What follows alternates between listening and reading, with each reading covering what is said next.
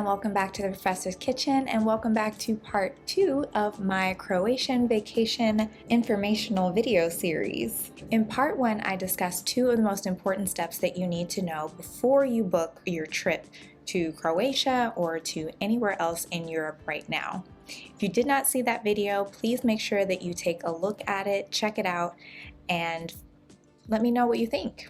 In part 2, I'll discuss what you should expect at the airport and on your flight. Restrictions are easing across Europe, and Croatia was one of the first countries to welcome vaccinated travelers from the United States and many other countries.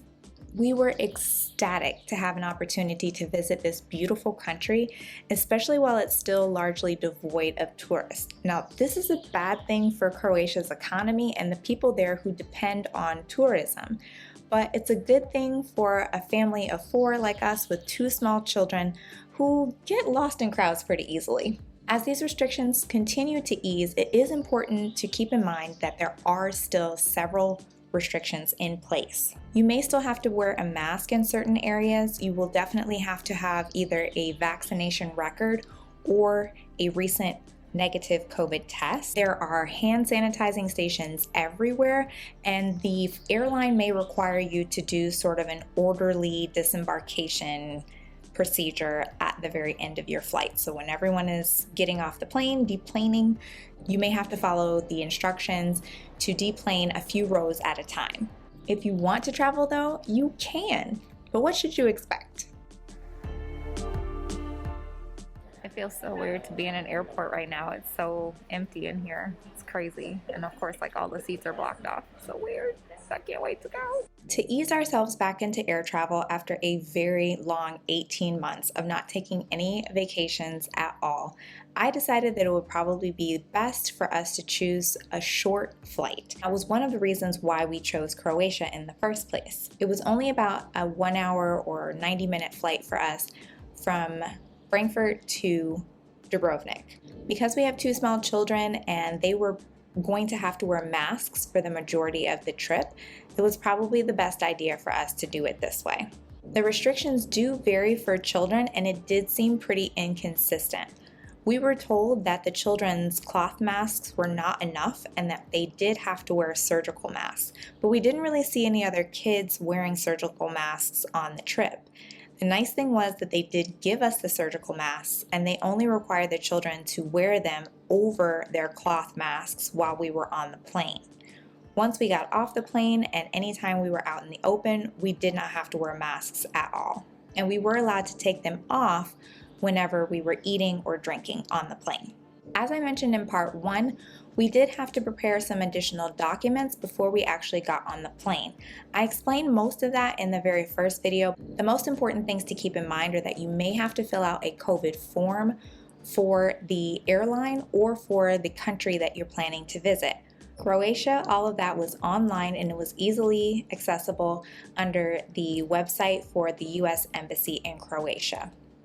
I also recommended that you carry your negative test results with you. So print out copies of all of the test results and carry them along with you because you may be asked to present them at some point during your trip. You probably won't have to present them on the plane, but everywhere else inside of the airport, you may be stopped and asked to present your negative COVID tests.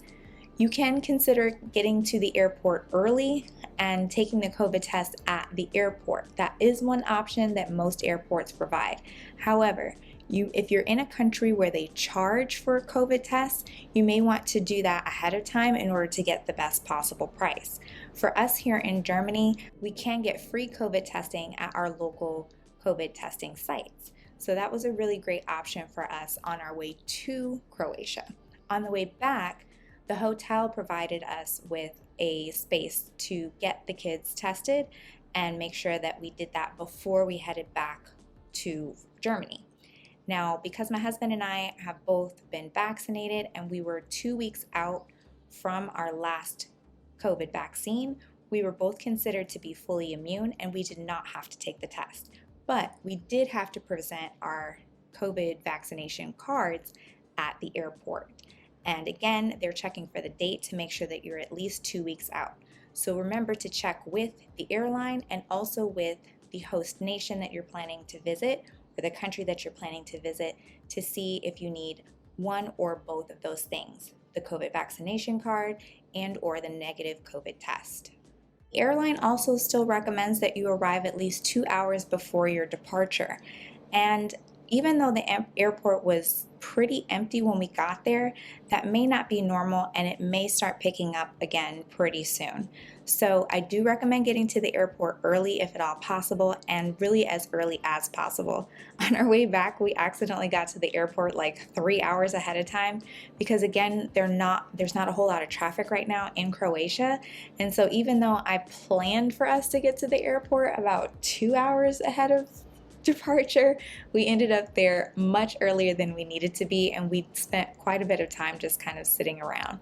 But again, if you have not gotten your negative COVID test ahead of time, you may do that in the airport in most cases. Just again, check with the airport to see if that is a service that they offer.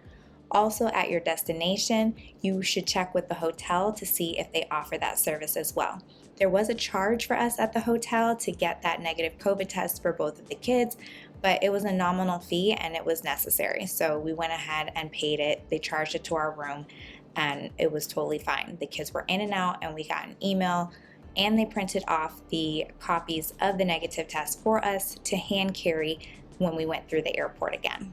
Things to note once you're actually inside the airport, there may be sort of a limited staff available inside of the airport.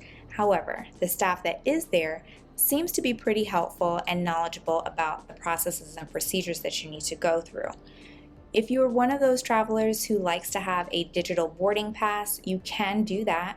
Or if you prefer getting a paper printed boarding pass once you arrive at the airport, you can do that as well. I went ahead and had the digital boarding passes emailed to us, so I had them already on my phone ready to go once we entered the airport. And then we were instructed to go to a certain area where we could drop our bags and check in our luggage. Since I already had those digital boarding passes on my phone, we could then proceed from that area at the digital baggage drop where there weren't any attendants really. There was like one guy there, I think, kind of helping us out. And we went straight from there to security and we got through security pretty quickly as well. It was really a bit of a ghost town in the airport, and I can't tell you whether or not that was because of the time of day or just the fact that there aren't a whole lot of people traveling right now. But it was dead. Also, as far as restaurants and bars and stores that are typically open in the airport, many of them were closed. There were a handful of duty-free areas that were open and you could pass through there and purchase things from those duty-free shops. Any place else that we wanted to stop or eat, there were a lot of grab-and-go options or packaged food available for purchase. This was also true once we got onto the airplane as well. Again, I'm not entirely sure if it was because it was a short flight, but they only had items available for purchase and they were pre-packaged items available for purchase.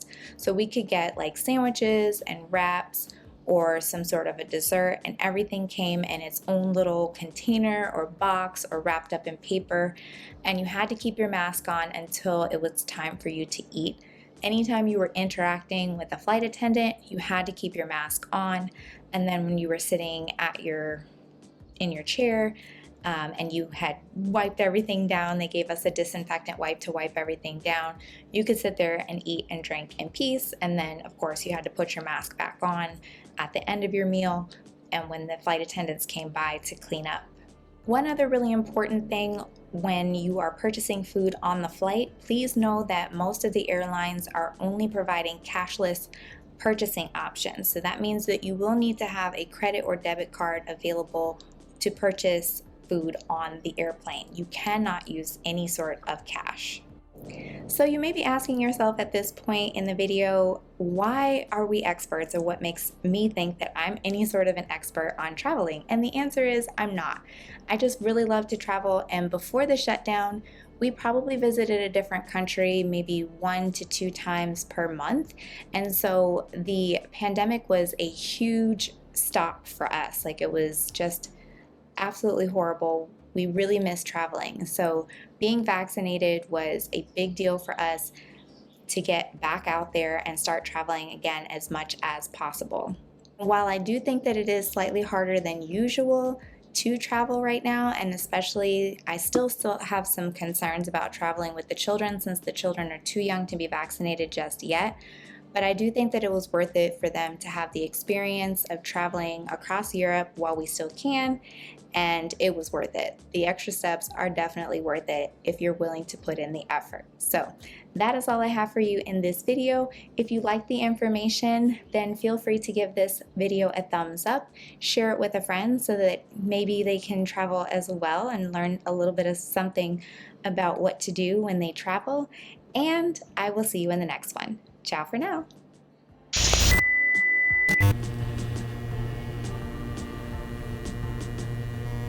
So our flight doesn't board probably for another like 20 minutes or something like that. Well, like we're getting pretty close, I guess, but still like 20 minutes.